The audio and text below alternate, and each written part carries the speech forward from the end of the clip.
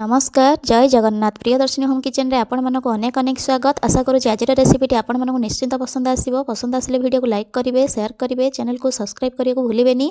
आज मुझे आपण सहित कंकड़ा तरकारी रेसिपी शेयर करने को जाऊँगी, जहाँ कि बहुत सहज उपाय एवं बहुत स्वादिष्ट भाव में बनईकी देखी। ये मुझे अधा केजी मांडिया कंकड़ा, आपण मैंने ये जेकोसी कंकड़ा नहीं पारे आ क्वांटिटी आप हिसाब से कम बेसी करेंगे। कंकड़ार बुढ़ा गोड़ व मोटा गोड़ दुटा को आग छिंटे ने, छोट गोड़ को काढ़ी ने।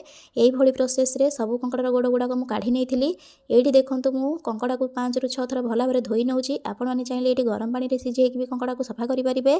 तापर ये कंकड़ार खोल को अलग कर नवा, काढ़ी सारापर एमती छोट छोट रुमल टाइप लगी था बाहर करनवा। ये आम इट बाहर करवा। आपण मानू जब इट पसंद नुह ये स्किप करेंगे। तरकारी इट पड़े तरकारी टेस्टा बहुत बढ़िया आसता है। ये देखूँ कंकड़ा को बढ़िया से सफा कर नहीं।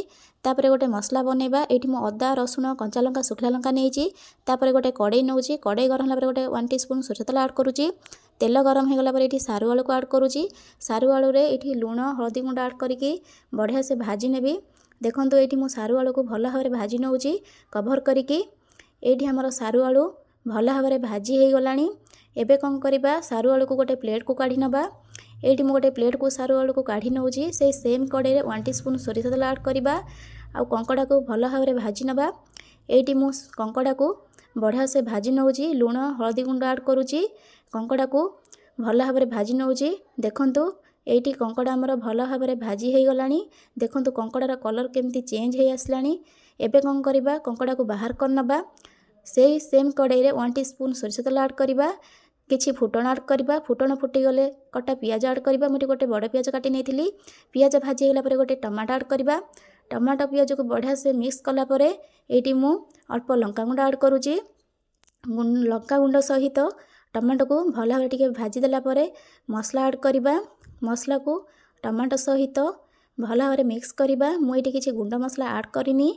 एबे मसला को 2 ରୁ 3 मिनिट कषा। मसला कषि हो गला परे भाजिकी रखिथिबा सारू आलू को आड करवा। देखो मुझे सारू आलू को आड करनेली आ मसला सहित 3 ରୁ 4 मिनिट कषि नेबी। एबे मु कभर करिकी सारू आलू को भल भाव में कषि नेबी। तापरे भाजिकी रखिथिबा कंकड़ा को आड करनेबी। ये देखंतु सारू आलू कषि हो गला परे मु कंकड़ा आड करुँची। कंकड़ा को भल भाव में कषि नेबी जेमिति कि मसला सहित कंकड़ा मिक्स हो जिवो। एबे मु कंकड़ा को भल भाव में कषि सारा पर एबे मु गरम पानी 2 ग्लास आड करनेबी। आपण मैंने भी जो नॉनवेज बनाऊँच गरम पानी यूज करेंगे, तरकारी टेस्ट बहुत बढ़िया आसीबो। एबे तरकारी को फुटवा छाड़देवा। तरकारी फुटवा भितर मु 1 टीस्पून जीरा बाटिकी नौची। तरकारी लास्ट रे देले तार टेस्टा बहुत बढ़िया आसता है। ये देखो मु जीरा बाटिकी नौची। तापर ये तरकारी आमर फुटी गलानी। एबे कौन करवा, तरकारी को आउ टिके गोले नवा। देखो ये सारू आलू भी सिझी गलानी। एबे कौन करवा, बाटिकी रखिथिबा जीरा को आड कर नवा। ये मु जीरा को आड कर सारा पर 2 मिनिट फुटवा छाड़देवी। ये देखो तरकारी आमर रेडी हो गला। आपण मैंने भी यही प्रोसेस रे कंकड़ा तरकारी घरे बनातु, गरम भात सहित खातु। केमिति लागला मो सहित शेयर करने को भूलें। आज रोचे पुणी आसवा गोटे नुआ रेसिपी नहीं कि।